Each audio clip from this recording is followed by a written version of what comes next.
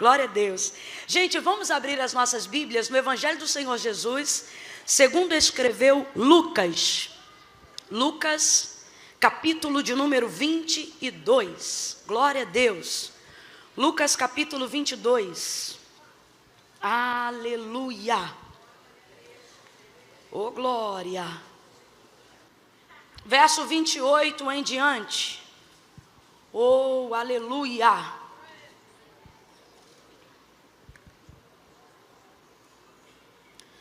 Lucas 22, do verso 28 em diante. Quem achou pode dar um amém. Amém. Diz assim o texto: Vós sois os que tendes permanecido comigo nas minhas tentações. E assim como meu Pai me confiou um reino, eu o confio a vós, para que comais e bebais a minha mesa no meu reino, e vos assenteis sobre os tronos para julgar as 12 tribos de Israel. Simão, Simão, Satanás vos pediu para peneirar como trigo, mas eu roguei ao Pai por ti, para que não desfaleças a tua fé. Então, quando tu te converteres, fortalece os teus irmãos. E respondeu-lhe Pedro: Senhor, eu estou pronto para ir contigo para a prisão e até a morte. E tornou Jesus a dizer: Digo-te, Pedro, que não cantará hoje o galo antes que 3 vezes tu negues que me conheces. Somente até aqui você diz amém por essa palavra. Eu vou contar de 1 a 3, e quando eu disser 3, você vai liberar sobre a vida da pessoa que está ao seu lado uma palavra que determina o rumo profético daquilo que eu acredito que foi o motivo pelo qual Deus nos reuniu aqui nessa noite, depois de adorá-lo. Quando eu disser 3, você vai virar para a pessoa que está ao seu lado e vai liberar uma palavra, irmãos, que determina esse rumo para a vida dela, para a minha vida nessa noite. No 3, você vai dizer assim para ela: amadurece. Calma que eu não contei até 3 ainda. Só no 3, tá bom? Eu conto 1, segure a mão dela ou dele com firmeza. Faça essa pessoa perceber que ela sentou-se ao lado de alguém que veio aqui com propósito. Não faça disso um momento esquisito, não faça disso um momento estranho. Não segura meio requenguela. E se for para fazer aquela carinha do emoji que vai virando o olhinho porque não gosta de falar para o irmão que está do seu lado, não faça, porque a palavra de Deus diz que o que não é por fé é pecado. E aqui ninguém é obrigado a nada. A adoração verdadeira é espontânea, e o que é espontâneo é voluntário. Agora, se você entende e acredita que muitas vezes, para Deus chegar em alguém, Ele pode usar anjo, pode usar o que for, mas normalmente a prioridade de Deus é passar por nós, a fim de chegar em alguém. Se você entende que a vida de alguém pode ser abençoada num aperto de mão, se você entende que a vida de alguém pode ser alcançada por causa da intrepidez, da unção que ocupa a sua vida, segure com firmeza e faça essa pessoa perceber que você não veio fazer uma social. Faça ela perceber que calhou dela sentar ao lado de uma profetisa do eterno. Segure a mão dela aí. Segure a mão dele. Se você estiver ao lado de um homem, segure com firmeza. Eu conto 1. Tire o sorrisinho de canto de boca, porque Deus quer falar conosco muito seriamente.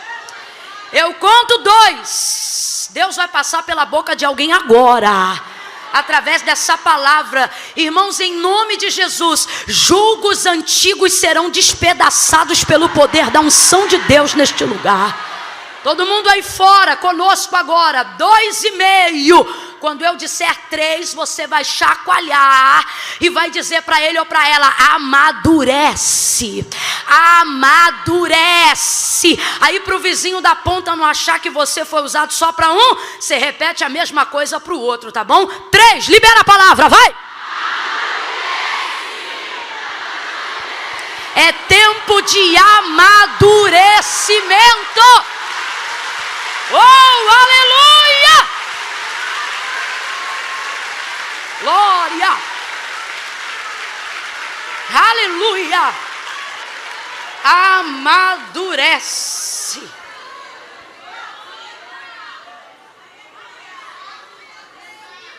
Aleluia.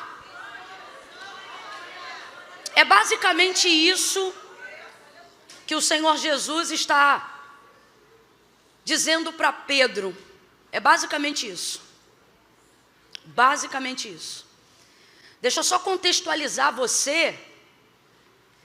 Em que momento Jesus está dedicando tal palavra a Pedro? Jesus está vivendo uma oportunidade única e última. Na verdade, está proporcionando uma oportunidade única e última aqui na terra para os seus discípulos, porque eles estão vivendo o que nós chamamos da celebração da última ceia, do seu último momento de confraternização e de intimidade só com os seus discípulos. Numa casa agora separada somente para eles, num ambiente confortável e de intimidade, Jesus vai cear com os seus discípulos.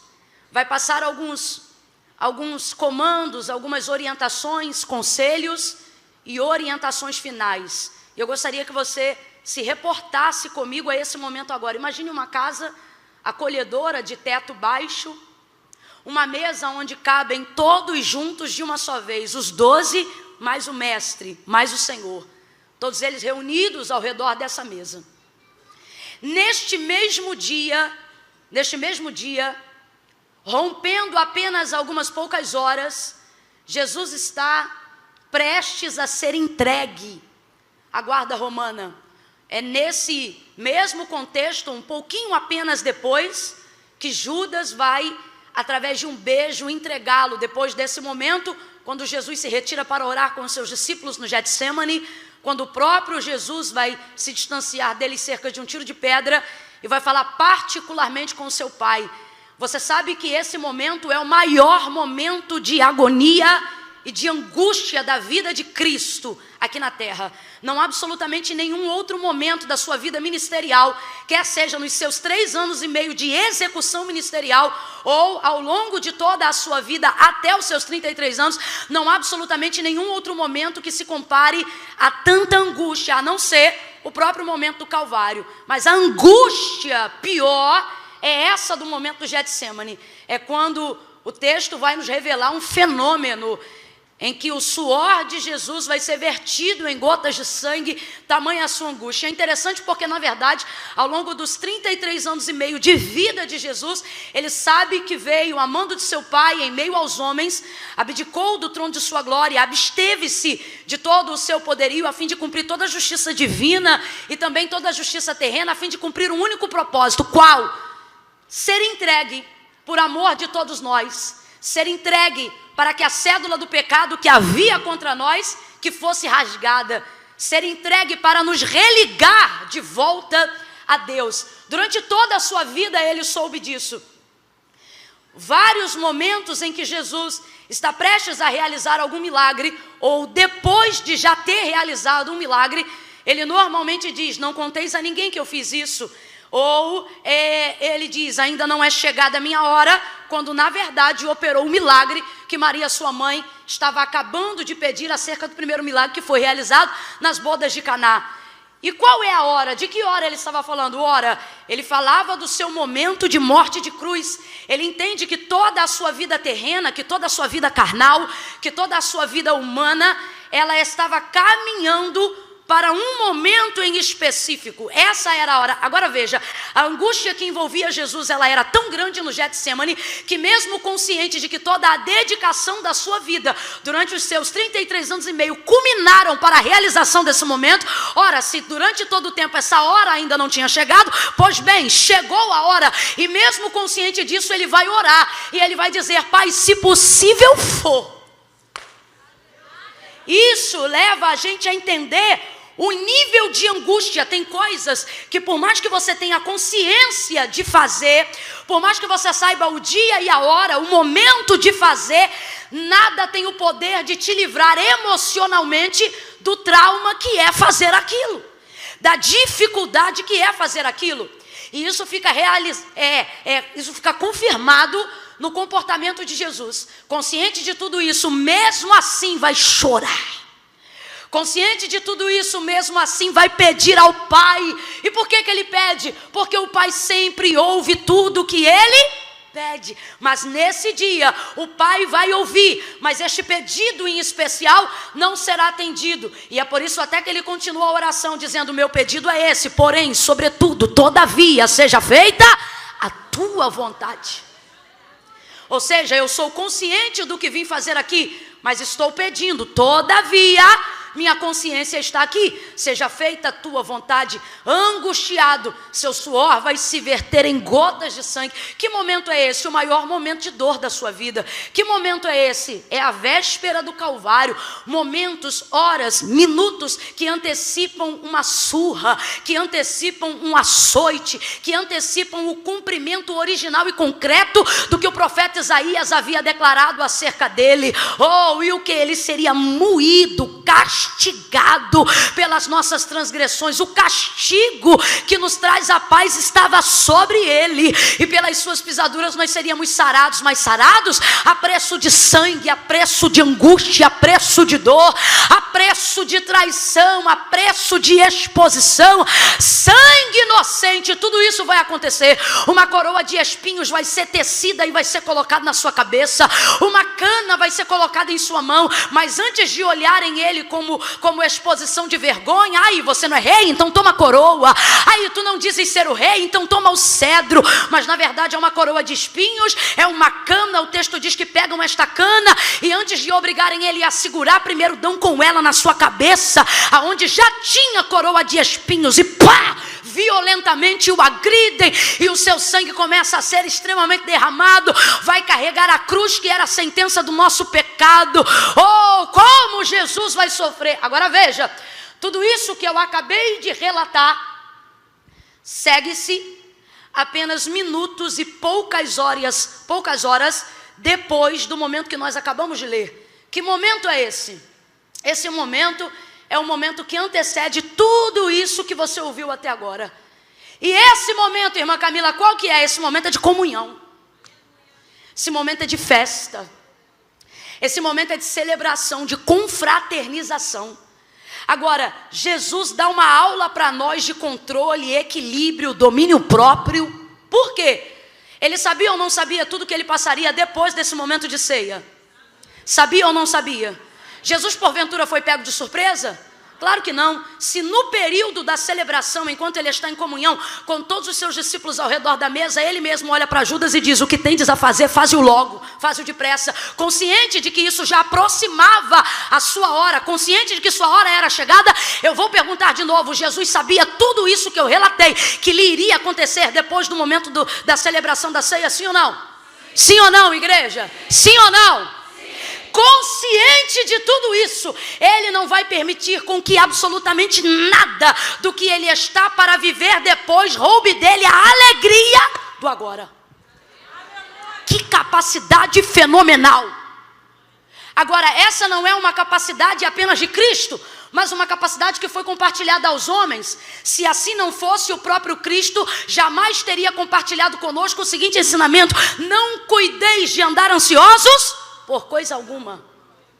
Há uma capacidade em nós para que nós possamos fazer o que Jesus está fazendo nesse momento. O que Jesus vai fazer? Agora, no seu momento de celebração, ele vai aproveitar esse momento para dar alguns conselhos finais, para dar algumas orientações. Afinal, ele, na sua natureza humana, vai se ausentar.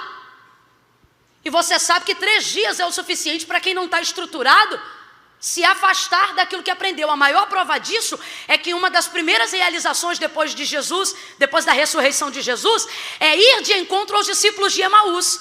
De que discípulos são esses? Discípulos dos quais o próprio Jesus, antes de ser crucificado, já havia dito: ficar em Jerusalém. A ordem era para ficar em Jerusalém, não importa o que acontecesse, mas Jesus já vai ter que vir da ressurreição, tendo que buscar esses 2 que estão saindo da direção e do comando que ele havia dado. O próprio Jesus vai demonstrar momentos de descontentamento, não com a sua liderança, mas com a maneira deles aprenderem. Vez ou outra ele dizia: vocês são tímidos. Vez ou outra ele usava os discípulos como exemplo da geração. Oh, geração incrédula, até quando vocês me terão convosco? Ele estava dizendo: até quando vocês vão negligenciar a oportunidade de aprender comigo? É como se Jesus dissesse: se vocês estão tímidos agora na minha presença, o que será de vocês na minha ausência?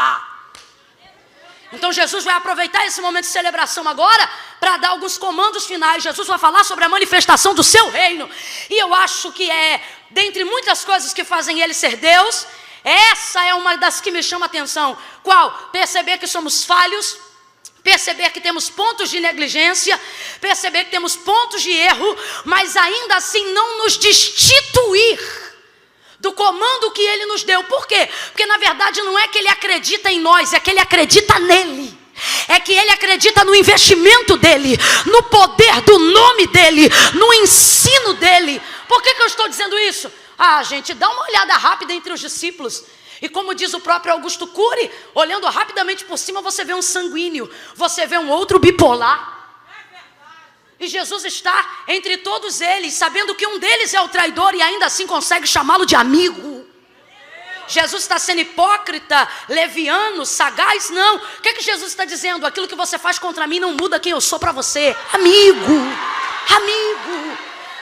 Uma das coisas que fazem de fato Deus ser Deus na sua divindade é a consciência que ele tem, se assim eu posso dizer, de que ele sabe que faz por nós coisas que ele sabe que nós não somos capazes de fazer por ele, e mesmo assim continua fazendo, continua livrando, continua guardando, continua curando, porque a sua ira dura só um momento, mas a sua misericórdia se estende de geração em geração. Participando desse momento agora com seus discípulos e dando esse comando, Jesus vai dizer: olha, como meu pai me confiou um reino, eu confio esse reino a vós. Jesus não permite com que aquele momento seja destruído no coletivo por causa do que ele vai passar no individual. Jesus está dizendo a alguém hoje aqui: até quando você vai destruir o coletivo por causa de problemas individuais? Até quando nós vamos permitir que a nossa ansiedade não domine só a gente, mas também destrua o ambiente do lar, destrua a convivência conjugal, destrua a paz do ambiente de trabalho? Consciente de que vai viver todas essas coisas, o controle está em suas mãos. E o texto diz, irmãos, agora avalia comigo esse dia. Vamos comigo lá para aquela sala onde Jesus está com seus discípulos.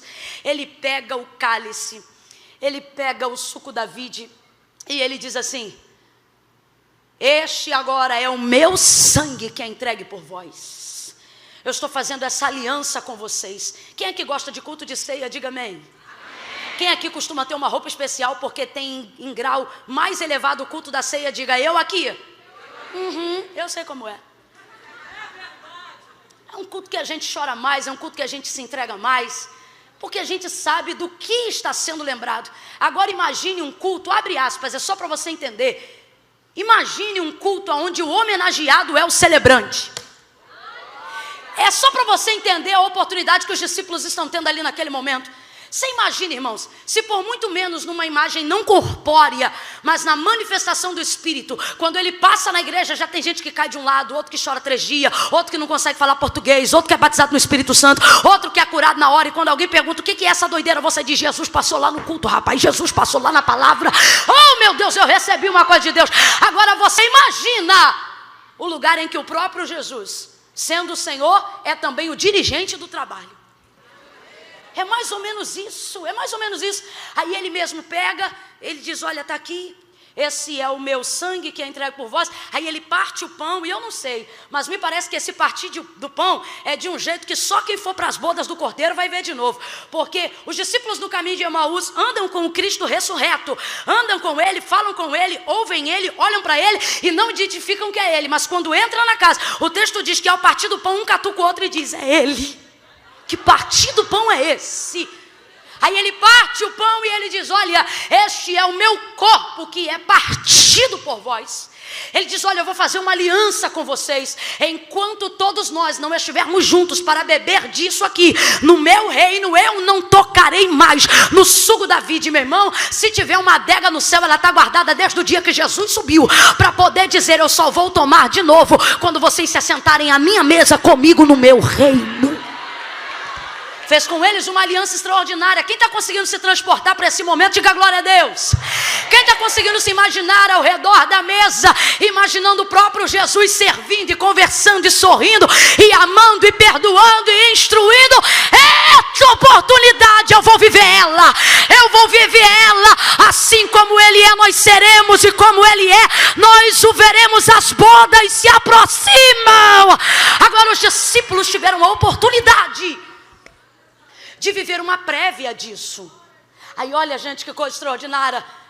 Prestes a viver tudo isso depois, o texto diz que, tendo ceado, cantou um hino. Que será que Jesus cantou? Agora você imagina, se a pastora Mariléia cantando, a gente já se arrepia. Eu fiquei chocada. Não. Aí fiz assim para ela. Quando vem alguém cheio de Deus e ministra, a gente diz, meu Deus. Você imagina Jesus terminando a ceia e puxando uma canção. E tendo dado graças, terminou ali e cantou um hino. Olha para alguém aí e diga, cante. Como assim, irmã Camila? Ora, gente, aqui. Vai ser cuspido, vai ser vituperado, vai ser exposto, vai ser moído, vai ser crucificado, vai receber canada na cabeça, vai receber coroa de espinhos, vai carregar a cruz, vai ser entregue por Judas, vai colocar a orelha de Malco no lugar, vai ser negado por Pedro. Tantas coisas acontecerão depois deste momento, mas veja, nada do que Jesus vai viver depois rouba dele a alegria de entender o que ele está vivendo agora. Irmã Camila, o que você está dizendo? Tem alguém aqui dentro dizendo, oh, que noite abençoada, como é bom ser ministrado por hinos, mas amanhã meu dia começa, amanhã eu tenho um julgamento, amanhã eu tenho uma providência na justiça, amanhã eu tenho que pagar uma dívida, amanhã eu tenho que ir na casa lotérica, amanhã eu tenho que negociar uma situação, amanhã eu tenho que assinar uma carta de divórcio, eu sei lá, tantas coisas para resolver depois, e você não consegue. Você está se dividindo entre o culto e o que você vai fazer amanhã, entre o que você está vivendo aqui agora e o que você vai ver amanhã, e no final você não vive nada. Por quê? Porque o amanhã não tem o poder de mudar o seu hoje, e o seu hoje tem poder até de definir o amanhã, mas quando? Hoje não, só amanhã. Irmã Camila, o que você está dizendo? Estou dizendo que se eu ficar pensando no amanhã, eu não resolvo nada, mas se eu viver hoje, eu chego amanhã preparada, eu chego amanhã fortalecida, para receber o que eu tiver que receber, perder o que eu tiver que perder, assinar o que eu tiver que assinar. Quem é Jesus? Jesus é alguém que tem um controle incrível, ele não permite com que aquilo que vai viver amanhã roube dele agora. Jesus está dizendo a alguém aqui, cante nessa noite, celebre nesta noite, adore nesta noite. O que você vai fazer amanhã já está entregue na mão de Deus, então celebre a comunhão hoje, adore hoje, dê lugar a Deus hoje, fale com Ele hoje, dê o melhor glória a Deus que você puder hoje, o melhor aleluia hoje é hoje. Aí Jesus canta e vai dar instrução para eles. Olha, como meu pai me confiou um reino, eu confio esse reino a vós. Dentre essas Jesus vai dar outras instruções. Só que olha que coisa louca que vai acontecer nesse contexto. Quando Jesus termina de fazer isso e canta um hino, gente, eu já ia estar arrebatada. Termina, olha o que o texto diz. E levantou-se entre eles forte discussão. Como é que alguém discute depois de uma ceia dessa? Sabe por que está dizendo levantou-se entre eles forte discussão? A coisa ficou tão feia que houve gritos. Quando alguém tem necessidade de exaltar a voz para poder falar mais alto do que o outro. Agora tu vê, depois de beber do cálice, depois de comer do pão, o pau quebrou.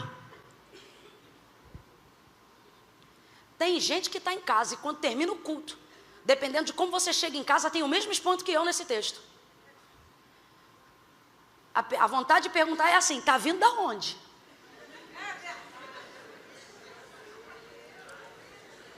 Não foi para a igreja que você falou que ia? Foi para a igreja. Não, mas já chega.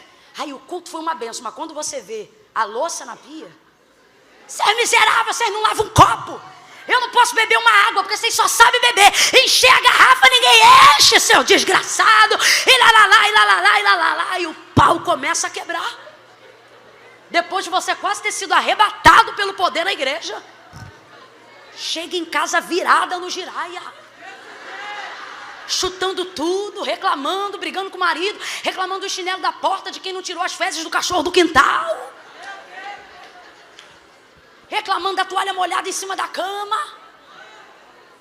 Isso é só para a gente refletir. Só que o caso aqui é muito mais sério. O conteúdo da forte discussão entre eles era que eles começaram a pensar quem seria o maior entre eles. E por que essa discussão começou entre eles? Porque não é coincidência. Jesus começa a falar da sua ausência. Eu vou para o meu Pai, fiquem direitinhos, faça tudo que eu mandei. Jesus está falando que vai se entregar, que logo, logo ele não estará mais entre eles. Ou seja, quando eles percebem a manifestação da ausência de Cristo, logo eles pensam quem é que vai ficar no lugar de líder. Primeira coisa, Jesus não pode ser substituído por ninguém. Segunda coisa, quando uma cadeira ficar vaga, antes de ocupá-la, primeiro chore a ausência de quem não está mais lá. De vez em estarem chorando pela ausência de Cristo, estão pensando quem é que vai ocupar o seu lugar. Pois eu lhe digo, quem não chora a ausência de quem perdeu, não é digno de ocupar o lugar de quem estava antes. Começam a brigar para saber quem é o maior, para saber quem tem mais condições potenciais de estar entre eles. Aí Jesus chega para acabar com a discussão. Acabou de ser. Jesus chega para acabar com a discussão. Quando eu estive entre vós, sou eu o maior no meio de vós, sim ou não? Estou parafraseando. Sim, o Senhor é o maior. Pois então, agora, estando entre vós, eu poderia ser servido, sim ou não? Sim, o Senhor devia ser servido. Pois é, mas estando entre vós, eu não fui servido, eu vos servi. Sim ou não? Sim, acabamos de viver o episódio da toalha, do lava-pés, o ritual. Então pronto, estando entre vós, podendo ser servido, eu usei o meu tempo para vos servir. Então aprendam como meu reino funciona. Quem quiser ser o maior, aprenda a servir o menor. Quem quiser ser o maior, aprenda a trabalhar. Ao invés de vocês discutirem para ocupar um cargo, comecem a se perguntar como vocês podem ser úteis na obra de Deus. É muita gente orando querendo ser importante, e Jesus está dizendo: eu não estou procurando quem quer ser importante, eu estou procurando quem deseja ser útil. Quem deseja ser útil.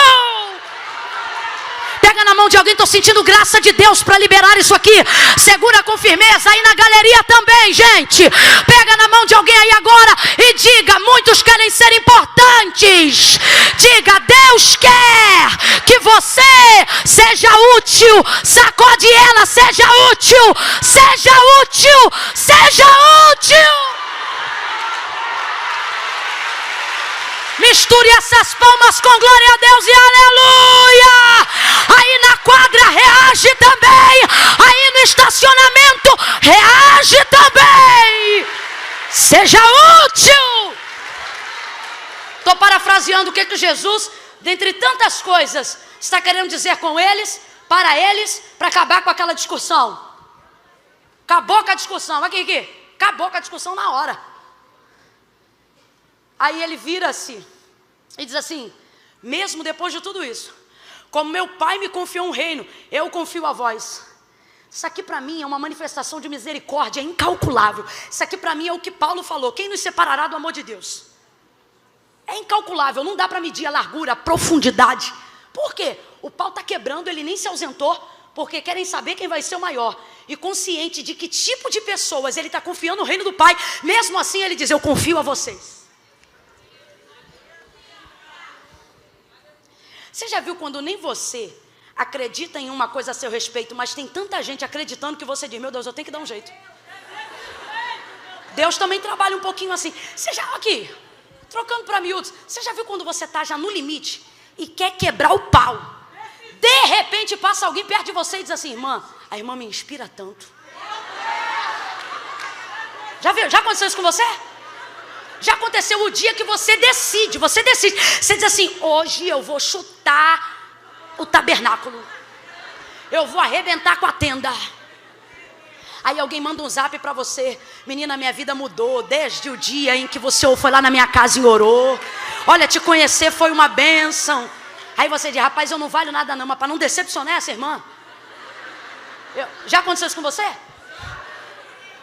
Comigo também já aconteceu. Tipo assim, eu tive algum problema com alguma companhia aérea. para poder chegar em algum compromisso, acontecer alguma coisa. Aí quando eu chego lá, dá tudo errado, a companhia não faz nada direito, e o funcionário não está capacitado para responder, e eu tenho muita dificuldade, não com o não saber, eu tenho dificuldade com a falta de humildade em admitir que não sabe. E aí mentir, enganar e fazer qualquer coisa.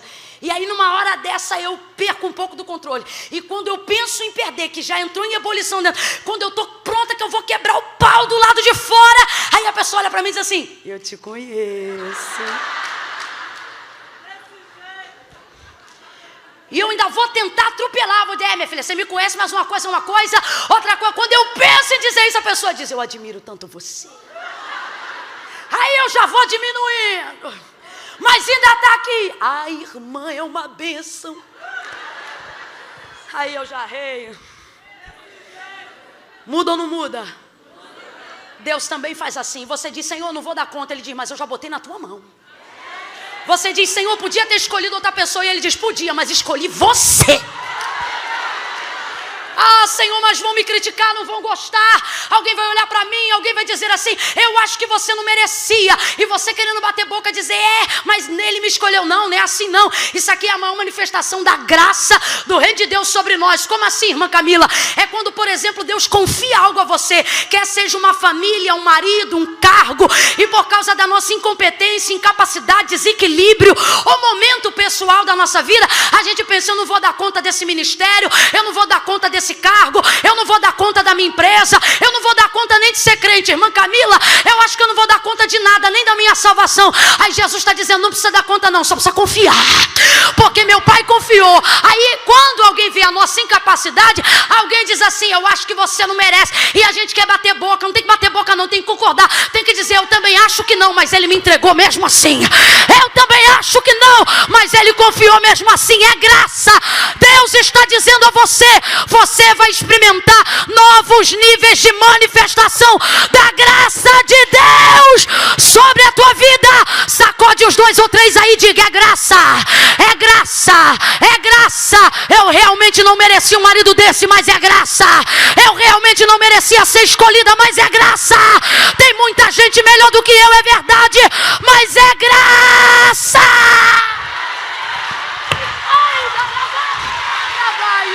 Graça! Hey, baraijo!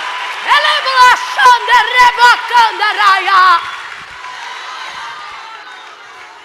O que faz um Pedro que nega Jesus no momento mais importante da vida de Jesus, ser o primeiro apóstolo, ser o primeiro doutrinador da igreja? Graça!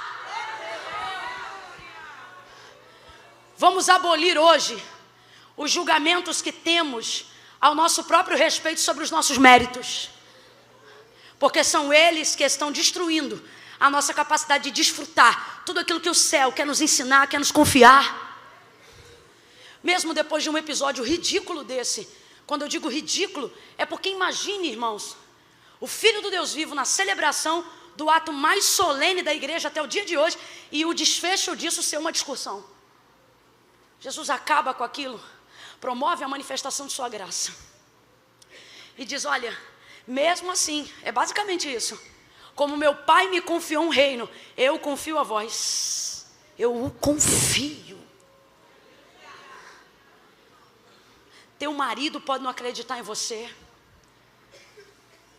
teu pai pode não acreditar em você, teu filho pode não acreditar em você. Hoje Jesus te trouxe aqui para dizer: eu confiei algo a você, e eu estou confiando este algo a você. Não transfira a sua responsabilidade de ser mãe. Eu confiei isso a você. Não transfira a sua capacidade de liderar. Eu não estou nem aí se você vai ser a melhor líder do Brasil. Eu confiei a você a capacidade de liderar esse departamento, de liderar essa empresa. Como meu pai me confiou um reino, eu confio a vós. Só que olha que coisa interessante. Tendo dito isso, ele se vira rapidamente para Pedro e diz: Simão, Simão, quem você acha que começou a briga? Os 12 estão discutindo, mas ele só exorta de maneira diretiva um. Quem você acha que começou essa fusaca?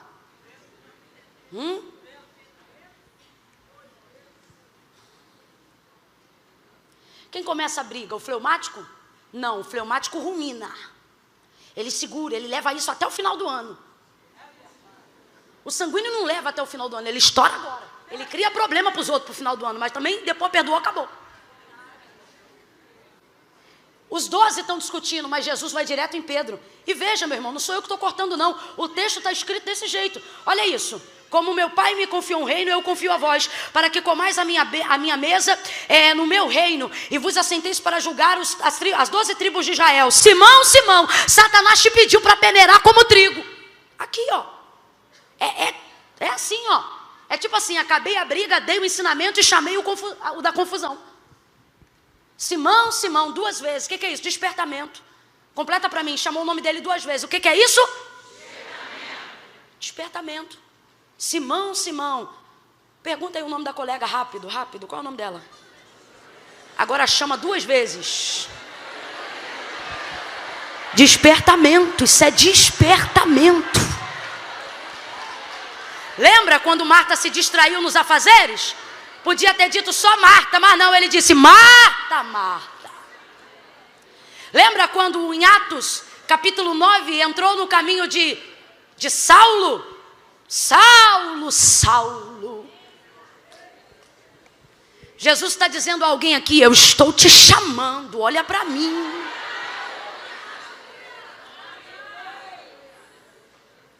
Simão, Simão. Irmão, a confusão pode estar solta. E você pensa, Jesus visita todo mundo. Não, Jesus não visita todo mundo. Jesus visita quem influencia, quem começa. Arão e Miriam, os 2 falaram de Moisés, mas só um viveu a sentença, Miriam. Você pode dizer que é por causa do peitoral de juízo, porque ele era sacerdote, Deus não luta contra Deus. Mas como mulher eu posso te dizer que eu acredito que quem levantou a questão, segundo o texto, foi Miriam.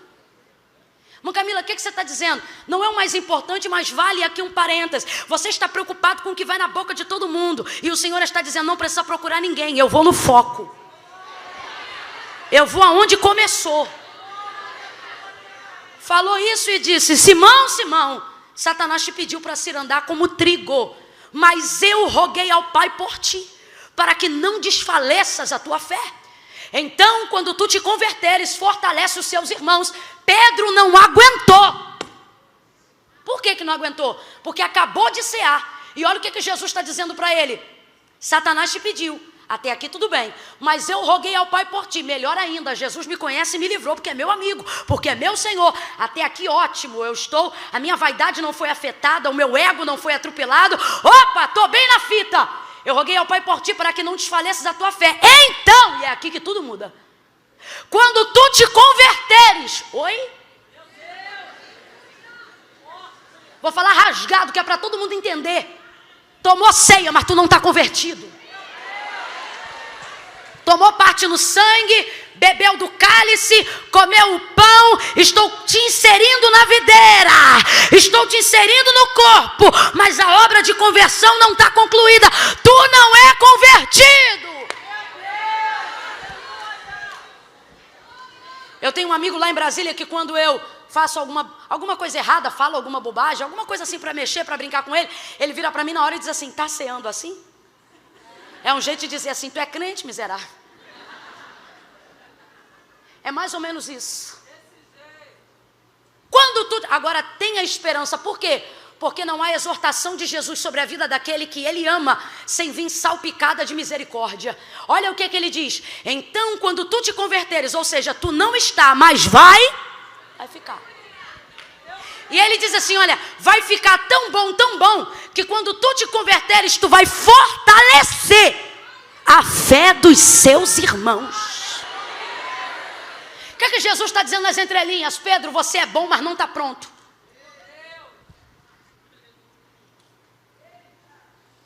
Você é bom, mas não está pronto. Toda vez que eu falo isso, me lembro de um diácono que queria ser diácono. E ele incomodava o pastor final de ano, que era quando a gente tinha a ordenação ministerial, para então, no próximo ano, consagração ministerial.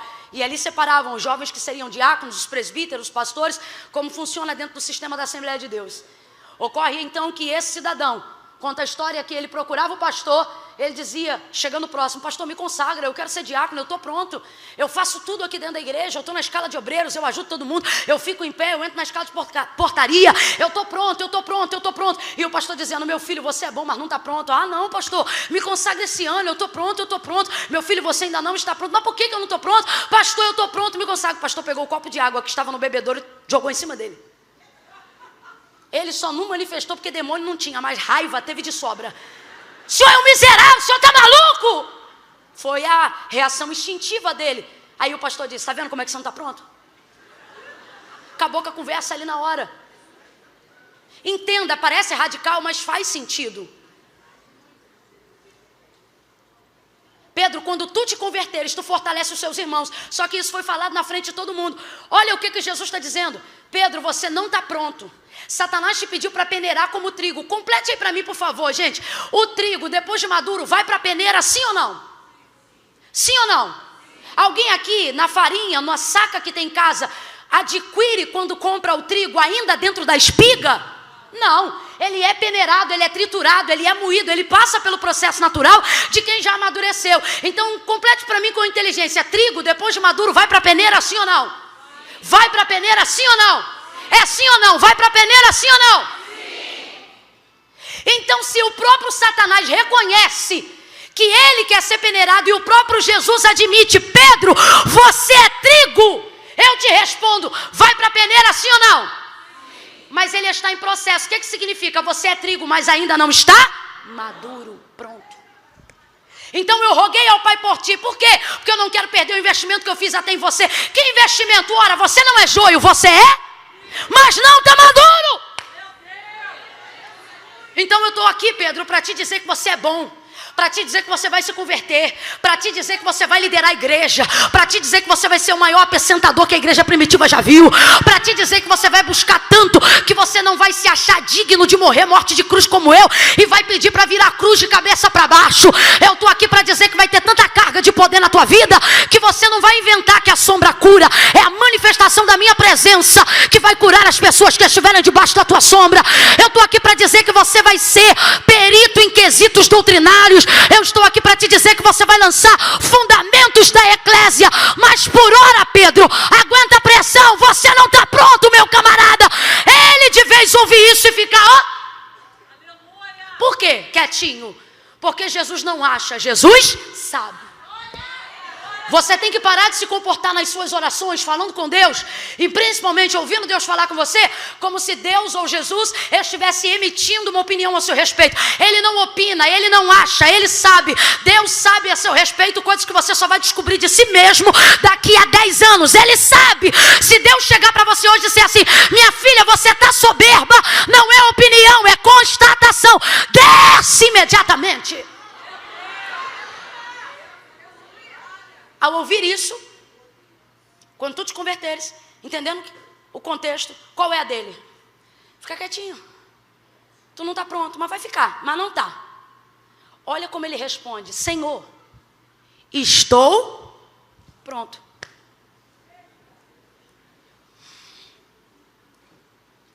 No contexto do que nós estamos ministrando aqui, o que Jesus está dizendo para Pedro é exatamente isso. Pedro, você é bom, mas não está pronto. Aí ele ouve a exortação, ele ouve, perdão, o despertamento e de vez fica quieto ou dizer amém, não. Olha como ele responde, estou pronto. Vez ou outra a gente faz isso. Quem fulano pensa que é para falar comigo desse jeito? Jesus acabou de dizer, Pedro, você é bom, mas até o que é bom, se for usado antes do tempo, estraga o que deveria ser tão bom. Quem já comeu manga de um bom pé? Um pé que você diz assim, ó, eu tive minha infância lá no cantão da Estrada de Madureira, num lugarzinho chamado Marapicu, depois de Cabo Sul. Tinha várias mangueiras na rua da minha avó, tem até hoje. Mas tinha uma que ficava na casa da Tuca. A manga que dava na casa da Tuca não dava no quintal de ninguém. Era da Tuca. problema? O problema é que a Tuca bebia muito. Quando a Tuca estava bem, ela deixava a gente pegar. Se a Tuca tivesse azedada, ninguém vai pegar minha manga. E naquela época não tinha muro, era tudo cerca. O que eu já fiquei de arranhadão aqui, ó, para poder, ó, pegar manga na casa da Tuca sem ela ver. Porque eu não sei explicar. Obviamente porque a semente era muito boa da manga que foi plantada lá. Eita manga boa. Ela era gente muito boa. Não sei como está hoje, espero que já salva. Porque já abençoou muito a gente lá. Não só com manga, mas com muitas outras coisas. Era uma pessoa muito divertida. A filha dela também de igual forma. Mas quando estava azeda, estava azeda. Mas a gente queria a manga da Tuca. Vamos supor, entendendo você que o pé é bom, a manga é boa. Mas se você pegar verde, você vai desfrutar de todo o sabor que ela tem para te oferecer? Não, não vai. É exatamente isso aqui. O que você está dizendo? Crescimento não determina amadurecimento. Vamos falar a verdade aqui?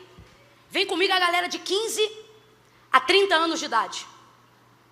Fala para mim hoje, você que tem 30, dos 18 para cá, você aprendeu muita coisa, sim ou não? Fala a verdade. Entre te oferecer hoje dinheiro, casarão, status profissional, e se eu pudesse te oferecer assim hoje, ó, eu vou te fazer voltar à idade de 18 com a cabeça que você tem agora. Ah, o que você escolhia? Voltar no tempo, sim ou não? Sim ou não? Mas peraí, com 18 você já é considerada como adulta. Com 30 você também já é considerada como adulta. O que você está dizendo? Você é adulta, mas sente que ainda não estava madura. Imagina se a gente volta com... Eu não sei porquê, mas eu estou frisando 18, porque principalmente entre nós mulheres, a gente acha que quando vai fazer 18 vai ficar rica, vai casar, vai sair de casa, vai morar sozinha, vai ter carro. Com 18 está tudo pronto. A gente cria essa ilusão na adolescência. Quando eu fizer 18 anos, eu vou embora daqui. A gente grita. Vocês vão ver. Com 18 anos, a gente se vê de carro, a gente se vê com... Meu Deus do céu, a gente não sabe de nada. Ai, Jesus de Nazaré. Imagina a gente com aquela desilusão amorosa com 18, mas com a cabeça de 30. Ele ia atropelar a gente?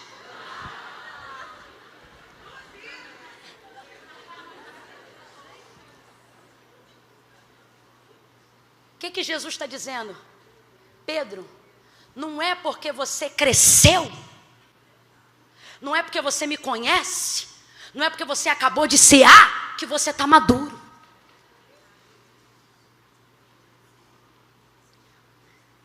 Você pode ser adulto e ainda não ser maduro. O que eu vou falar pode parecer ofensivo, eu sei que não é, mas já estou pedindo perdão antes para que não se torne. Tem gente de cabecinha branca, que a gente olha e se pergunta, será que ao longo de toda uma vida não deu para amadurecer?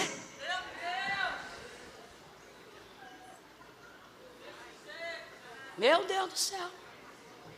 Por quê? Porque crescer não é sinônimo de amadurecer.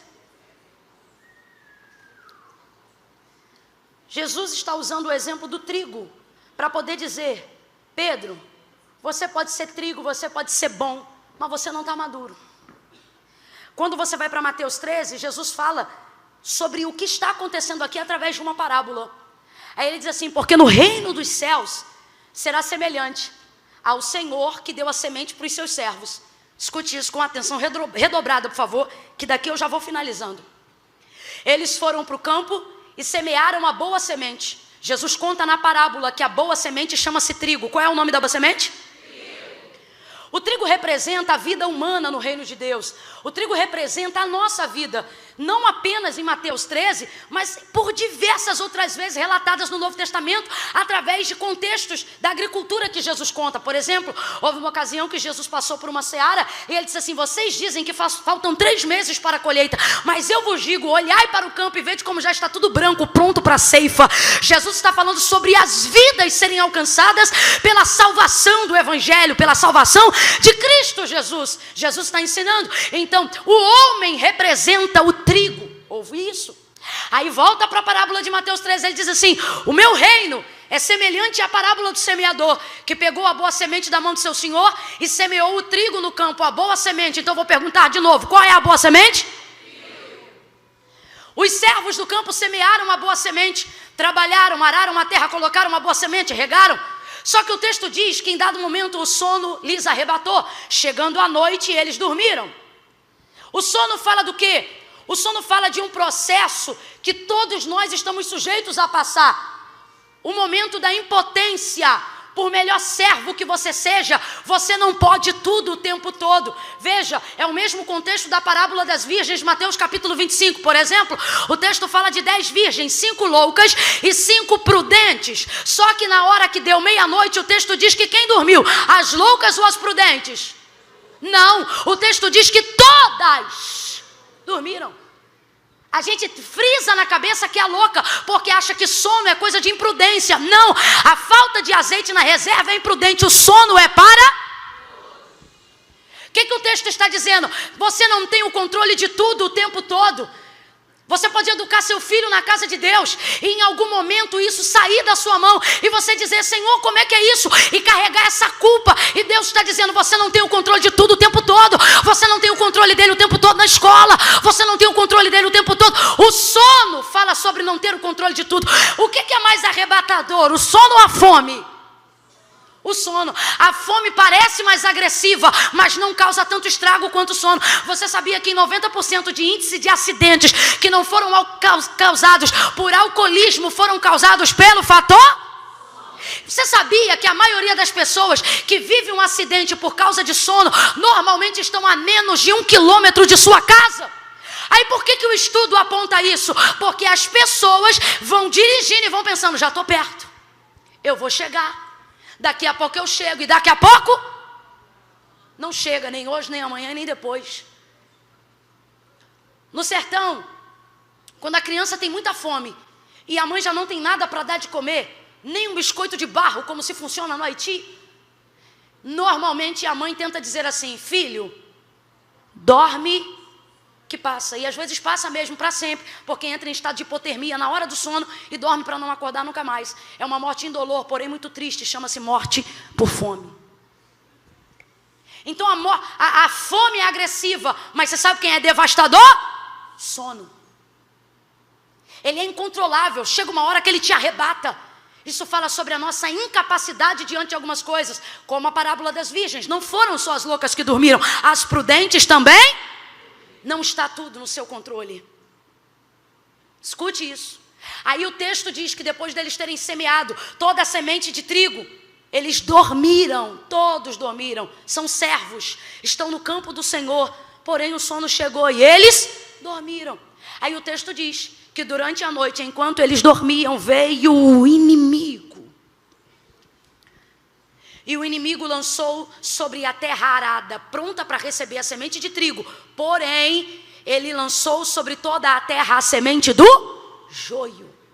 O joio é a semente do inimigo. Completa para mim, por favor. O joio é a semente do... aquela que vem durante a noite, aquela que se aproveita da fraqueza, aquela que usa a terra que foi preparada para o Senhor para ganhar a sua semeadura. Vai ouvindo aí. Quando os servos acordam de manhã e percebem que o joio está crescendo junto com a boa semente, que é o trigo, eles ficam desesperados e conta Jesus na parábola. Eles saem correndo até a porta da casa de seu senhor, bate na porta e dizem: Senhor, qual foi a semente que tu nos deste para semear? Ele diz: olha, eu dei a boa semente para vocês. Qual é a boa semente? Mas agora ocorre que o joio, erva daninha entre as sementes de cereais, está crescendo no meio do trigo. O Senhor quer que nós vamos lá agora e arranquemos essa semente? Ele diz: não, essa semente quem semeou foi o inimigo. Ah, Senhor, então nós vamos lá agora. Olha o zelo com o campo, olha o zelo com a terra. Não é maldade, é zelo. Só que um erro não deixa de ser um erro só porque é sincero. Senhor, nós vamos lá agora e vamos arrancar esse joio. E a palavra do Senhor diz em ponto de exclamação em Mateus 13: e disse-lhes o Senhor: não! Tem um ponto de exclamação, grita comigo, diga não! Não! Diga de novo, não! O Senhor diz: não toque no trigo, deixa crescer junto. Sabe o que a gente tem que aprender? Primeira coisa, trigo não é influenciado pelo crescimento de joio. Primeira coisa que a gente tem que aprender, parar de superestimar o joio, como se por estar crescendo junto ele vai poder sufocar o trigo. Não, não, não, não. A terra que cresce o trigo, também cresce o joio. Agora veja, o joio só cresce, porém o trigo frutifica. O trigo produz. E é isso que distingue ele do joio. Tem muita gente que não me toque. Aí é joio. Aí tem que desmascarar. Aí é joio. Aí alguém tem que falar. Aí alguém tem que fazer. E o Senhor está dizendo, não faz nada. Deixa o joio crescer junto. Por quê? Crescimento de joio nunca diminuiu a produtividade de trigo. Crescimento de joio nunca sufocou a capacidade do trigo. A gente tem que ter isso em mente. O Senhor diz não. Completa aí para mim de novo. O Senhor diz não. Ele diz, sabe por que não? Porque ocorrerá que na tentativa de vocês arrancarem o joio, junto com eles vocês vão levar também o... E qual que é o problema? Vocês não vão saber distinguir agora, antes da ceifa, o que é joio e o que é trigo. E por que não vão distinguir? Porque ocorre que o joio, que o trigo, é igualzinho ao joio na fase de crescimento. Quando eu falo de trigo, você lembra da espiga, já cheia de gominho, né? Quem já viu um galinho de trigo aí? Nem aquele de decoração da ceia nunca viu? Quem já viu um galinho de trigo aí?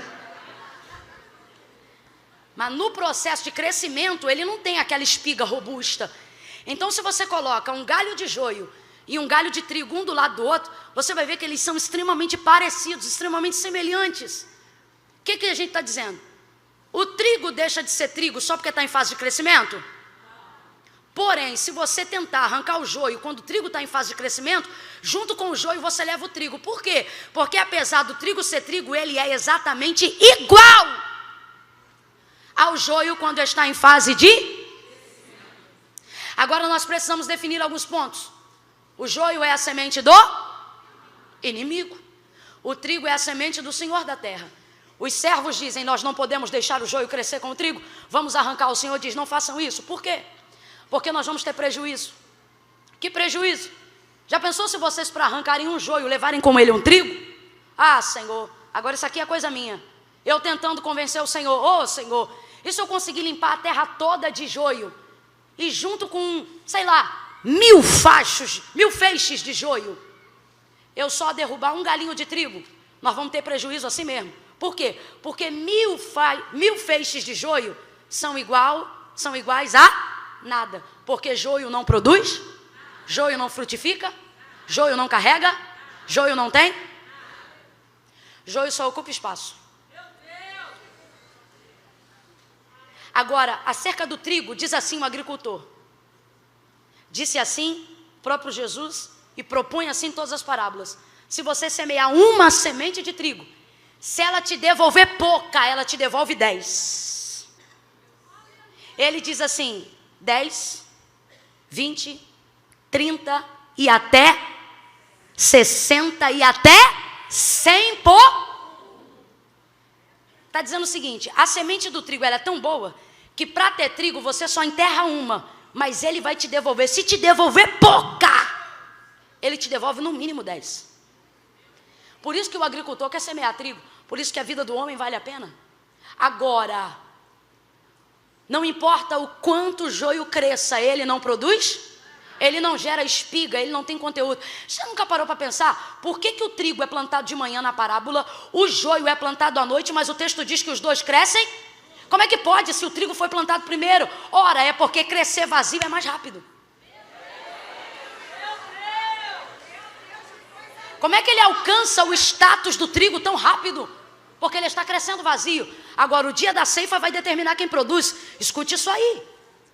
Aí o Senhor diz não. Quando o Senhor diz não, a gente como servo tem a impressão de que Deus está querendo preservar o joio. Mas não é que Ele está preservando o joio. Ele está tolerando o joio porque a sua prioridade é o trigo. Você precisa entender que quando um trigo estiver em questão, vale a pena tolerar um joio. Você tem que entender que se para perder quem não presta, para perder a semente do mal, se para perder quem não vale nada, a gente tiver que colocar em cash alguém que Deus está investindo, a gente tem que tolerar. Mas sabe o que está acontecendo? Nós estamos vivendo uma geração onde todo mundo é líder, onde todo mundo quer resolver tudo, onde todo mundo sabe tudo. Ah, porque se você não falar, eu falo. Ah, porque alguém tem que falar. E quem disse que é você? Tem uma coisa que não mudou. O quê? Ele ainda é o Senhor da terra. E não há vontade, não há zelo, não há serviço que eu como serva queira fazer que venha descumprir o princípio da liderança do Senhor. Irmã Camila, o que você está dizendo? Estou dizendo que quando Deus diz não, é não. Estou dizendo que quando Deus diz não, a gente tolera. Estou dizendo que quando Deus diz não, a gente aguenta. Ah, mas eu vou ficar ouvindo isso? Vai ouvir isso. Ah, mas eu não vou falar nada? Não vai falar nada. Jesus está dizendo, deixa crescer. Deixa crescer. Aí ele diz, por ocasião então do dia da ceifa, nós vamos cortar os dois. Só que aí o joio vai estar definido como joio. Por quê? A gente quer arrancar joio em fase de crescimento e com isso tende a destruir trigo no caminho. Quando na verdade, para o joio aparecer como joio, você não precisa denunciá-lo. O tempo mostra quem ele é. Segunda coisa que você precisa aprender como serva de Jesus Cristo. Qual? Se eu sou serva de Jesus, se eu trabalho no reino de Deus, se eu sirvo a Deus, eu trabalho para Deus. Amém? Amém? Então o meu compromisso é com a boa semente. Qual é a boa semente? Quem planta o trigo é o servo. Quem deu a semente para o servo? O Senhor. Quem deu a semente para o servo? Então eu trabalho para o? Quem paga meu salário é o meu tempo é do? Desde quando então agora o inimigo planta e eu vou colher o que ele plantou? Eu não trabalho para ele, eu trabalho para o Senhor. Irmã Camila, o que você está dizendo? Tem gente aí que o tempo que deveria estar usando para a obra de Deus está deixando de ser usado para fazer colheita de Satanás. Só que Deus te trouxe aqui para te dizer: quem te sustenta sou eu, quem te paga sou eu, quem te promove sou eu. Irmã Camila, você não está protegendo muito o trigo, não? Pensei nisso. E aí Deus falou comigo, não, diga para a minha igreja que eu não quero elas preocupadas com o joio, eu quero elas ocupadas com o trigo. Ah, não, eu vou falar bem rasgadão, porque quem já ouviu vai ouvir de novo, e quem não ouviu vai ouvir agora. Você está aqui pensando, por que fulano não veio no encontro? Aí o encontro mal acaba, você vai pro celular, deixa eu ver onde ela estava, deixa eu ver o que está fazendo, deixa eu ver com quem estava. Tu sabe se fulana beijou ciclano, se ciclano é marido de Beltrana? Você está sabendo disso? Está sabendo daquilo? Você ficou sabendo do motim e a rebelião? Aí eu estou criando um dossiê, porque fulana falou isso e fulana falou aquilo, ela disse que não é. Vai ter pega para capar. E o nosso tempo sendo dedicado na madrugada para saber quem entrou aonde fulano falou com o quê, e se tirou foto, aí eu printei, manda para mim, manda inbox, aí porque eu vou mostrar isso, eu vou fazer aquilo. E o Senhor está dizendo, tá aí, usando o tempo de vida que eu te dei, o salário que eu te dou, o fôlego que eu te dou, para cuidar da vida do joio. Sabe o que você podia estar fazendo? Usando esse tempo para visitar órfão, viúva, usando esse tempo para levar assistência social. O que é isso, irmã Camila? Pega na mão de alguém aí com força, vai. Pega na mão, diga isso, aí é com você. Olha para ela e diz assim, Deus, tá fraco, eu quero ouvir lá fora também. Diga, Deus não quer você preocupada com a vida do joio. Diga, Deus quer você ocupada com o trigo. Vai visitar o trigo, vai orar pelo trigo, vai ajudar o trigo, porque quem dá fruto no reino de Deus é o trigo.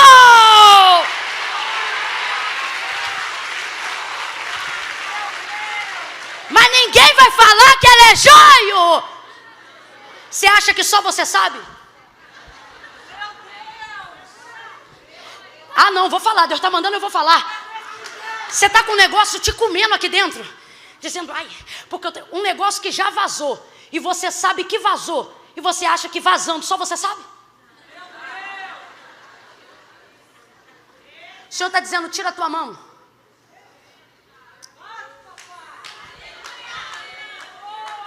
Tira a tua mão. Isso não é problema. Mas Camila, eu sou profeta. Ótimo, ótimo. O primeiro mando de um profeta é saber que ele só reproduz o que Deus manda. Ou você acha que ser profeta de Deus te deu autonomia para sair por aí falando o que você quer, o que você viu? Deixa eu falar um negócio para você que é de revelação. Você sabia que nem tudo que Deus te mostra é para você contar? Tem coisa que Ele te mostra só para poder demonstrar intimidade, oração, intercessão, confiança.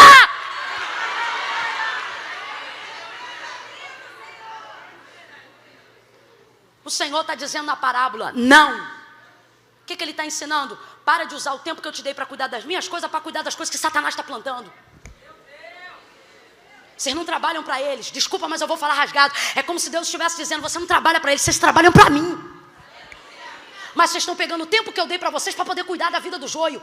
Mas sabe qual é o problema? O joio não dá nada hoje, não dará nada amanhã e continuará a não dando nada depois, porque ele é joio. Agora, o trigo que hoje dá trabalho, amanhã dará resultado. O trigo que hoje parece com joio, vai mostrar com o tempo que não é joio, que ele é. Isso. Volta para Lucas 22 e eu fecho aqui. Porque vocês falam demais. Meu Deus do céu. Pastora pediu tanto, 9h30, vocês não calam a boca. Ó. Volta para Lucas 22. O Senhor está dizendo, Satanás te pediu para se andar como joio? Te pediu para se andar como? Satanás sabe quem é trigo. Eu sei que não é Satanás que está dizendo, eu vejo ele como trigo. É Jesus que está usando o exemplo do trigo. Mas o que Jesus está dizendo? Pedro, você não é joio, você é?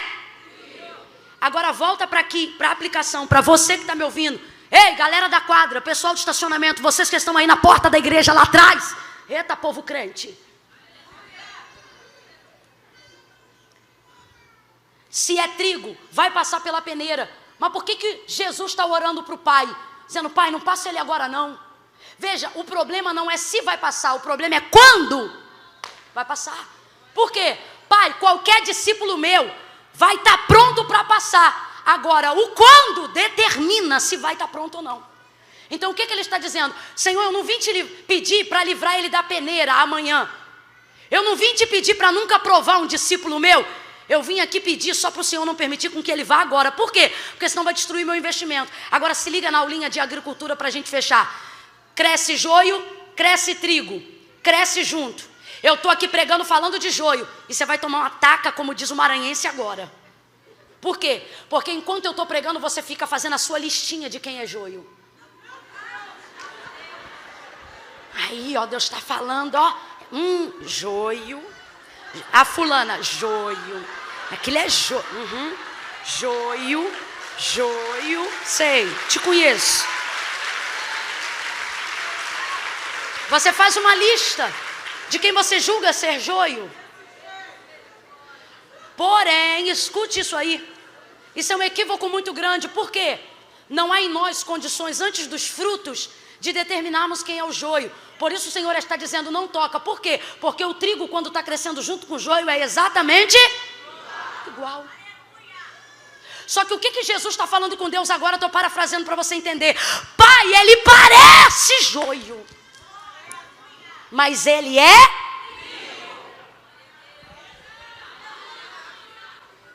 Tem gente, enquanto eu estou pregando, enquanto você faz a lista do joio, você diz assim, joio, joio, joio. E Deus te trouxe hoje aqui para dizer na tua lista, trigo novo, trigo novo, trigo novo, trigo novo, trigo novo. Ai, esse marido bebe muito, só pode ser joio. O Senhor está dizendo, trigo novo. Ai, porque esse filho é muito rebelde, só pode ser joio. E o Senhor está dizendo, trigo novo. Ai, porque essa vizinha me perturba muito. E o Senhor está dizendo, novo dá trabalho, mas maduro vai te prosperar. Maduro vai te fazer crescer. Por que Jesus está intercedendo? Porque novo. Novo Pedro é irritante. Novo Pedro é sanguíneo, novo dá trabalho. E você está dizendo, não é possível que é joio. Deus me trouxe hoje aqui para te dizer, realmente não é. É trigo novo. O problema é que o trigo, quando é novo, é igual. Então, por que a gente tem vontade de arrancar enquanto cresce? Porque a gente não tem paciência para ver esse traste amadurecer. Só que Jesus está intercedendo. Irmã Camila, quem sou eu? intercessor. Você é intercessora na sua casa. Você é intercessora no seu local de trabalho. Deus te trouxe hoje aqui, meu irmão. Você que está aí fora. Você que está aí na quadra ouvindo essa palavra. Você que está aí no estacionamento agora. Deus te manteve sentado, sentada ou de pé onde você está. Aí até agora para poder limpar a tua visão. E fazer você entender que não é porque é novo que não prestará. O Senhor está dizendo, não seja um arrancador. Seja um intercessor. Seja alguém que vai interceder pedindo pelo tempo. Seja alguém que vai interceder rogando por amadurecimento. Ouça isso. São iguais no período do crescimento. O trigo novo é assim.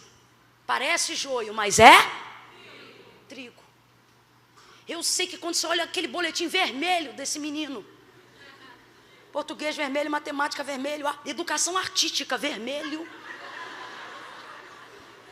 Aí para acabar, educação física, 0.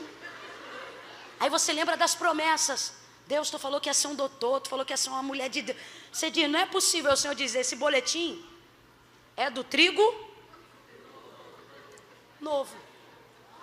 Continua botando ele na explicadora, continua falando com ele, continua orando, unge a cabeça dele. Ai mãe, para que tanto óleo? Chapa a mão nele.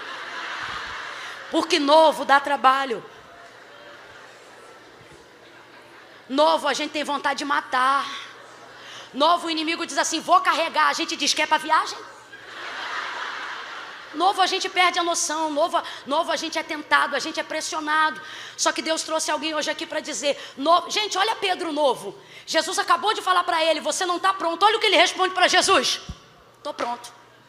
Aí Jesus diz assim, fica quietinho. Quando os romanos vêm, ele pega a espada do outro e corta a orelha do soldado. Olha Jesus, pegando a orelha do homem dizendo, fica aí, garoto.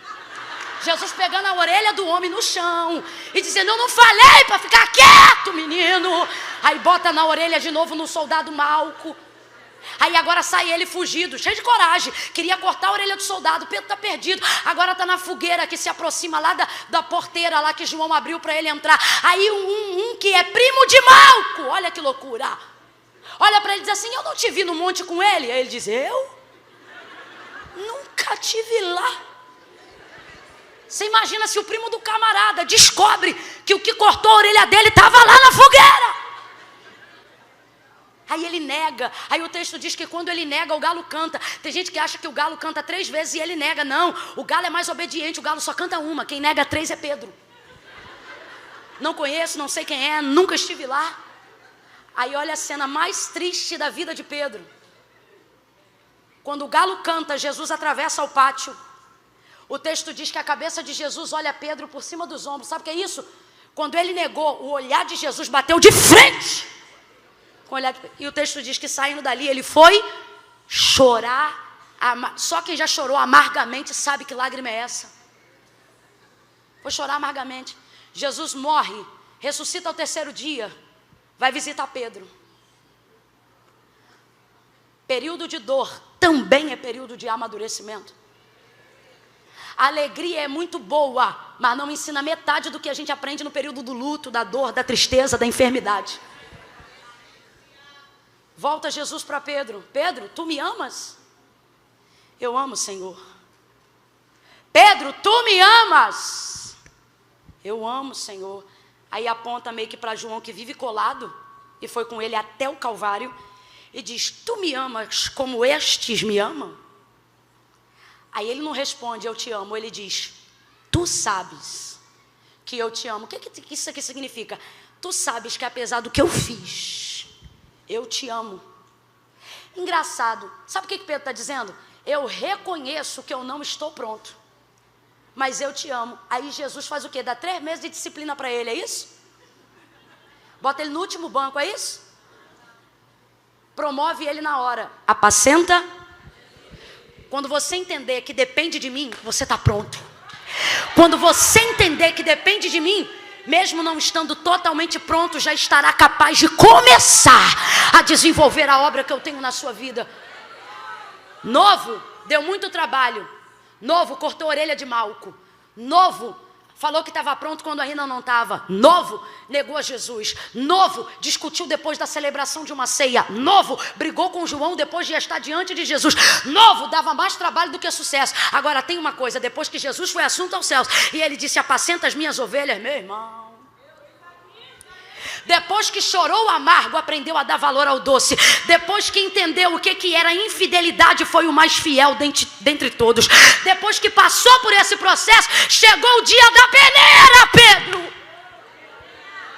Aí você diz, irmã Camila, você está dizendo que na minha maturidade eu serei provada? Sim, por quê? Porque a prova não vem para expor o pior de você, mas para expor o melhor que você aprendeu durante o processo.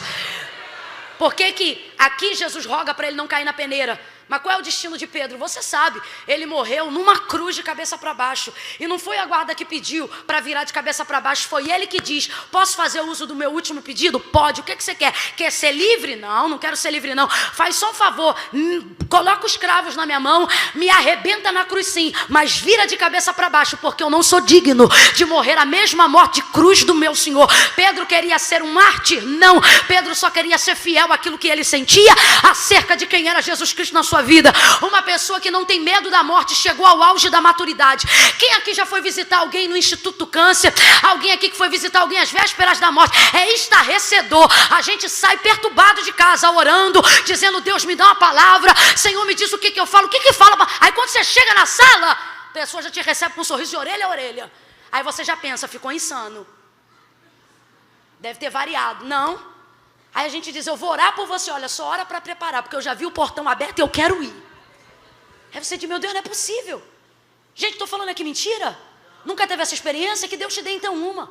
Já vi pai chamar todos os 8 filhos antes de morrer e dizer, chama fulano, e botar a mão na cabeça e dizer, te abençoa assim, chama Beltrano, pá. Chegou no 8º, abençoou todo mundo. Ele disse, agora eu vou, e morreu. Que nível de maturidade é esse? Aonde Deus pode chegar para um Moisés e dizer, tá vendo aquele monte? Sobe ali e morre ali. Olha que loucura. Aí o texto diz, e ouvindo Moisés ao Senhor, subiu e morreu ali, aonde? Onde Deus havia mandado. Uma das coisas que a gente vê da maturidade é que o que a gente tinha medo nos 18 não significa mais nada dos 30 para frente. Por exemplo, opinião pública. A gente vive a nossa vida tentando se remontar para poder fazer o que todo mundo quer, para agradar o que todo mundo pensa, para ser popular na escola, para ser carismática no trabalho, para ser bem-sucedido no ministério. Aí chega um ponto da maturidade que não importa mais o que o outro pensa de você, porque você reconhece os valores que tem, independente dos padrões sociais. Aí nessa época, você vai aguentando um tipo de tranquilidade. Por quê? Porque você percebe que não depende mais do que tem para você ser quem você é. Você sabe quem você é. Quando é que um trigo estava pronto para ir para a peneira? Quando ele se soltava da casca. Por que Jesus roga dizendo, Pai, livra ele dessa tentação agora, dessa prova agora? Porque quando o trigo é novo, a semente cresce colada na casca. A casca pega os nutrientes da terra e passam para a semente. Agricultor cria trigo, produz trigo porque ele quer casca ou porque ele quer semente. Não é o que carrega do lado de fora, é o que se cultivou do lado de... No céu entra carne e sangue? Então começa a aprender que esse corpo é casca. Escute isso. No período do crescimento, todo indivíduo acredita que para ele ser quem é, ele precisa ter. Qual é a sede da sociedade? Ter. Porque quanto mais eu tenho, mais eu provo quem eu sou. E então você aprende que a sua identidade não pode ser baseada no que você tem. Por quê? Porque se você tem hoje, você é. E se você perde, você deixa de...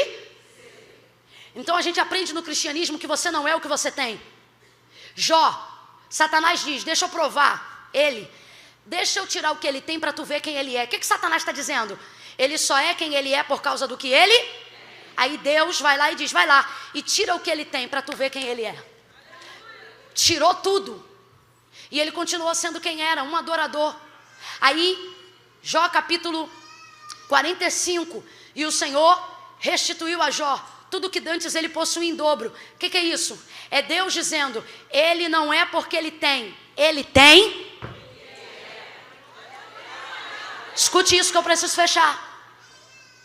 Ao longo da nossa vida, amontoamos o que achamos que precisamos ter para olhar para a sociedade e dizer, veja o que eu tenho, eu sou.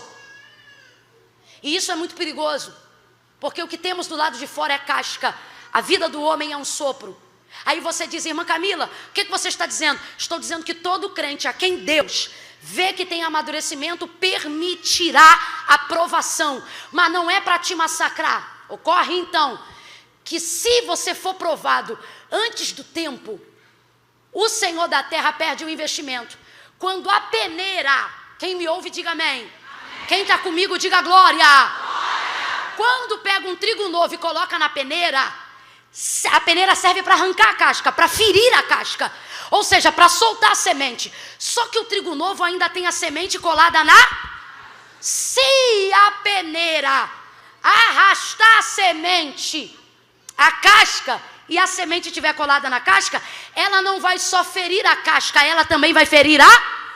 Se você fere a semente antes dela estar madura, ela apodrece e ela não entra no celeiro.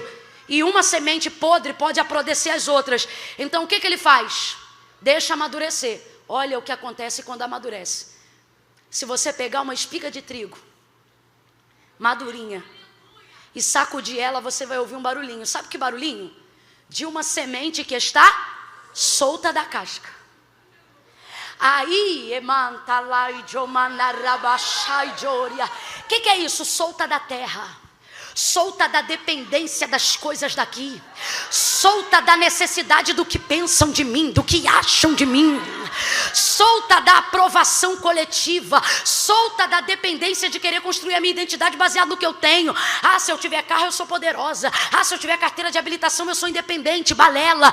Tudo isso é a construção do que você é e não é o inverso. Se você é, você vai ter. Não é tendo que vai fazer você ser quem é. O que ele vai ver? Ele vai ver a semente solta da casca. Então eu vou perguntar de novo, igreja. Quando o céu investe na gente, é para poder investir na casca, no corpo? Não, isso é um sopro. Hoje a gente tem, amanhã a gente não tem.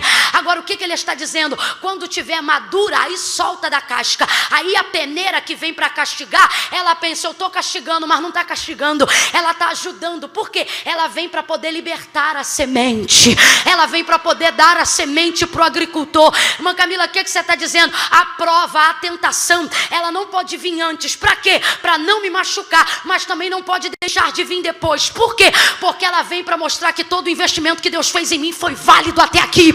Ela vem para mostrar que esse momento, e Deus está dizendo a alguém aqui, esse momento você está sendo tentada para expor o pior de você. Tem alguém te catucando doido para ouvir você soltar um palavrão. Tem alguém te perturbando para ouvir você dizer, tá bom, então não quero mais nada, e sair da casa de Deus. Só que o Senhor está dizendo, eu roguei ao Pai por ti até hoje. Chegou a hora de você se soltar dessas coisas e mostrar que essa aprovação não veio para extrair o pior de você, mas para mostrar todo o investimento que Deus fez em você até aqui. Pega de novo na mão dela, vamos orar junto agora. Pega de novo na mão dela. Pega bem firme, galeria, todo mundo, quadra, junto agora, ninguém de mão solta, estacionamento, todo mundo, segura a mão de alguém aí agora onde você está, segure a mão desta pessoa.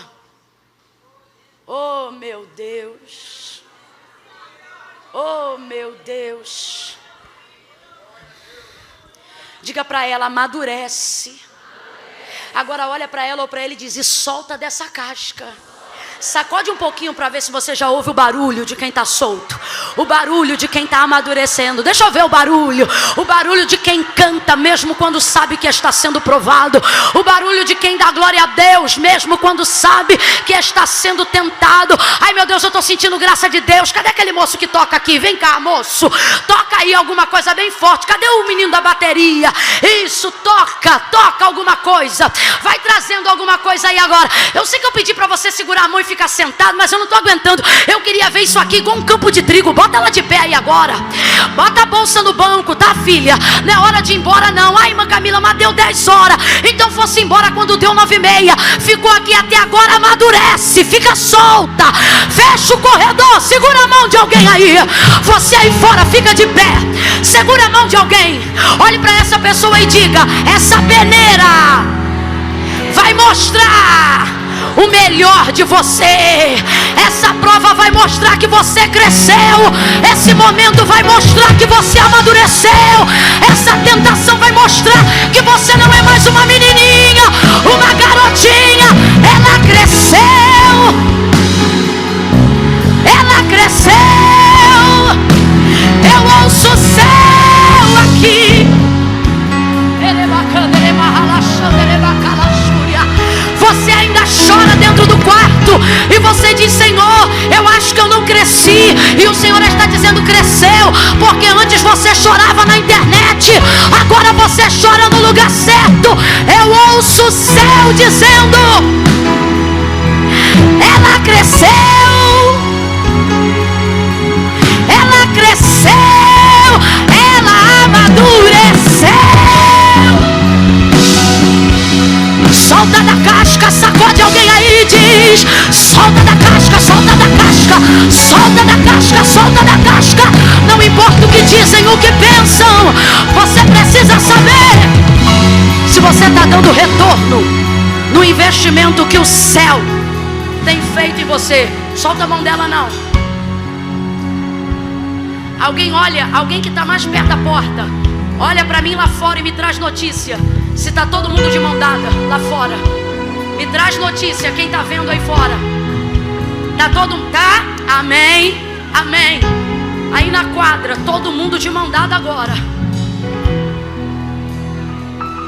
Acerca das pessoas que não estão aqui, e você diz: irmã Camila, é joio. Deus diz que você não tem autoridade para determinar quem é trigo e quem é joio, mas que Ele te deu toda a autoridade para investir, para interceder, para fazer crescer. Há outros que estão aqui na condição de Pedro, dizendo: irmã Camila, eu acho que não vai dar para mim. O Senhor está dizendo: eu confiei algo a você, e eu não vou permitir uma tentação maior do que você possa suportar. Porém, estou preparando um momento. Veja, eu não vou dizer uma provação. Eu não vim aqui profetizar prova. Eu vim profetizar um momento que vai determinar o período do seu romper. Aquilo que veio para castigar vai acabar por extrair o melhor de você. Aquilo que veio para ferir vai acabar por expor todo o investimento que Deus fez em sua vida até o dia de hoje.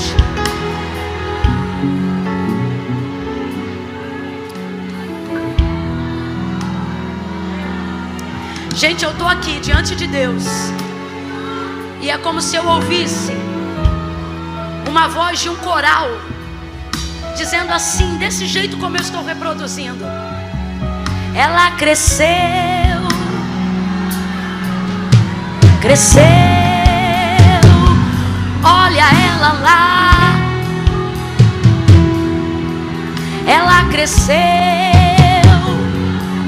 Aí eu ouço um coral de segundas vozes dizendo assim: e amadureceu.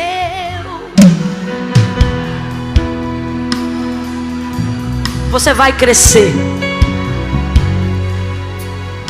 e não vai ter só estatura, vai ter também robustez. Você não vai ter só títulos, você vai ter coisas que respaldam os seus títulos. Você não vai ter só cadeiras, você vai ter autoridade para se assentar aonde Deus te colocar. Oh! Amadurece, amadurece, amadurece. Sacode alguém e diz: amadurece. Cresce e amadurece. Solta dessa casca. Quando alguém perguntar assim para você: menina, você não sabe o que falaram de você, você ficou sabendo? Você vai dizer: fiquei. E isso não te machucou? Você vai dizer: não. Por que não? Porque só feriu a casca, só bateu na casca. Ninguém vai destruir o que Deus está investindo em mim. Ninguém vai destruir o que Deus está construindo dentro de mim. Solta da casca, solta da casca. Para de usar o seu tempo para cuidar do joio. Quando alguém olhar para você e perguntar: menina, tá sabendo do joio? Você diz: não tô. Tenho andado ocupada demais como trigo. Tenho andado ocupada demais fazendo a vontade do Senhor, trabalhando para o Senhor. E para fechar, no cultivo antigo, não solta a mão dela não. No cultivo antigo funcionava assim: eles iam para a região oeste da cidade. Era onde o vento soprava mais forte. E era lá que eles faziam a separação da casca e do trigo, bem como também lá que queimavam o joio. Quando eles colhiam tudo junto e colocavam na peneira, olha que coisa interessante. Está assim nos livros de história e em todos os livros da agricultura de Jerusalém e Israel. Canto oeste da cidade, literalmente é onde o vento faz a curva. É onde passa o vento mais forte, o vento de retirada, o vento que vem de cá e leva o que está aqui para lá. É assim, ó. Aí eles iam para a curva da onde ficava o vento, craquelavam a semente, colocavam na peneira. Por eles estarem na região do vento oeste, olha o que acontecia. O trigo tem semente, quem tem semente tem peso. Quem tem semente tem fruto. Aí olha o que acontecia. Raspou na peneira, né? Arrancou a casca, ficou a semente. Aí olha o que fazia, tanto com a casca quanto com o topo do joio. Ó. Quando jogava para cima, quem estava passando? O oeste, o vento oeste. É aquele que vem de lá, pega o que está aqui e joga para longe. Aí volta para a peneira, joga aqui, faz assim. A peneira arranhou a casca, arrancou a casca, só ficou a... Só que na peneira, quando você olha, tá tudo confuso. Tá semente, tá casca, tá tudo junto. E o que vai separar o que fica do que vai? Aí eles iam pra lá, sabe por quê? Faziam assim e jogavam assim, ó. Quando jogava, quem tava passando? Aí a casca fazia assim, ó. Só que a semente tem peso. Aí quando ela voa, quando ela subia, o vento faz assim com a casca. Leva a casca. Leva o topo da cabeça do joio. Mas o texto diz que o vento passa e a semente de novo no mesmo lugar e vai para o celeiro. O Senhor está dizendo: eu estou investindo em você. Vento nenhum vai te levar, prova nenhuma vai te levar, dificuldade nenhuma vai te arrastar. Segura a mão dela, segura a mão dele e diz: solta da casca. Senhor, meu Deus e meu Pai, eu oro agora com a tua igreja, Senhor. E aonde houver alguém de olhos fechados, de mãos estendidas, de mãos dadas, orando comigo agora, Senhor, visita a quadra na minha retaguarda. Eu ministro sobre os irmãos que estão na quadra. Eu ministro sobre os irmãos que estão no estacionamento agora. Eu ministro sobre a nave e sobre a galeria, a força e o poder desta palavra, aonde estiver. Oh Senhor, o teu povo que é trigo, esse povo que tu tem investido, esta noite que tu marcaste para este encontro memorável. Oh Deus, abre o entendimento deste homem, abre o entendimento desta mulher, para que possa entender, Senhor, que tu estás investindo há muito tempo. E não tem vento, não tem inimigo, não tem noite, não tem sono, não tem joio que vai atrapalhar esse processo de crescimento e de amadurecimento. Eu ministro, Senhor, o entendimento pleno da tua palavra, para que nós não apenas cresçamos, mas também venhamos a amadurecer e nos soltar de tudo aquilo que nos prende na terra, para que vento nenhum e peneira nenhuma venha nos ferir nesse processo. E nesse ano de 2019, eu te clamo neste mês de março com todos esses homens e essas mulheres, te pedindo, Senhor, usa esse processo que ela está passando e que ele está passando para extrair o melhor dele e dela. Que ao atravessarmos, se o Senhor não voltar para arrebatar a tua igreja antes, possamos dizer em 2020 que 2019 foi o ano do romper. Foi o ano que a gente mais cresceu, foi o ano que a gente mais amadureceu. Eu ministro que tu farás em 365 dias aquilo que precisaria de muitos anos. É o Senhor acelerando o processo, porque é chegada a hora dela, é chegada a hora dele. Arranca a casca, arranca a casca.